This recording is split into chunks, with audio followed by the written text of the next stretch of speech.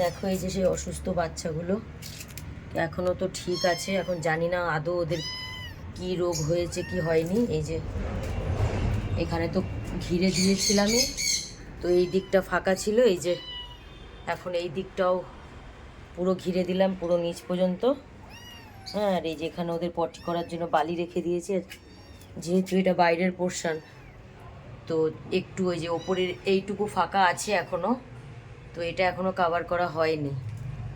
হ্যাঁ, মশাও আসছে প্রচুর, তো যার জন্য মাঝে মধ্যে এসেই এই যে একটা করে ধূপকাঠি জ্বালিয়ে দিয়ে যাচ্ছি মশার, যাতে একটু মশাটা কম হয়। বাবারে কোথা দিয়ে দেবো, এই সরে যা। জানি না কি হবে, এখনও তো বাচ্চাগুলো ঠিকই আছে। আর এই যে ডক্টর এই মেডিসিনগুলো দিয়েছে, তো দুবেলা এই মেডিসিনগুলোই খাওয়াচ্ছি 10 ফোঁটা করে প্রত্যেকজনকে।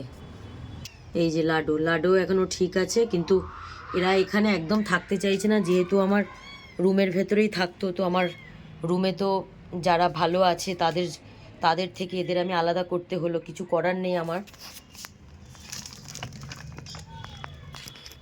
এই যে এখানেও আছে, এই যে এরই বাচ্চা এরা, এই যে 3জন। আর এই যে এটা তুলোর মাও এখানে রেখেছি, যেহেতু তুলোর মারও ভ্যাকসিন কমপ্লিট হয়নি, কিন্তু লাডোর 1 সপ্তাহ আগে একটা ভ্যাকসিন হয়েছিল, এখনও 21 দিন বাকি, একটা ভ্যাকসিন হবে। জানি না, সব চেষ্টাই তো করে যাচ্ছি, আদৌ বাচ্চাগুলোকে বাঁচিয়ে তুলতে পারবো কি না জানি না, কিন্তু চেষ্টা চালিয়ে যাচ্ছি এখনও। এই যে সব দিকটাই ঘিরে দিয়েছি, এই ওপর দিকটা এই যে ওপরের এইটুকু বাকি আছে, দেখি এইটুকু যদি কালকে কিছু দিয়ে একটা ব্যবস্থা করতে পারি, বাদবাকি টোটালটাই ঘিরে দিয়েছি।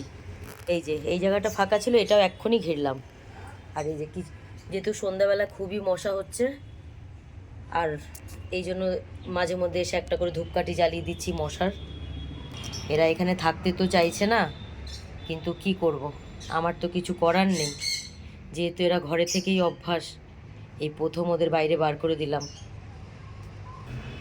ওরা তো অসুস্থ, ওদের তো খারাপ পরিস্থিতি, কিন্তু ওদেরকে আমি বার করে দিয়ে আমার মন মানছে না, আমার খারাপ পরিস্থিতি ওদেরকে বাইরে বার করে দিয়ে। ঠাকুরের কাছে বলি, লাডোর আগের বারের বাচ্চাগুলো সব মারা গেছিলো, এবারের বাচ্চাগুলো যেন সুস্থ হয়ে বেঁচে উঠতে পারে।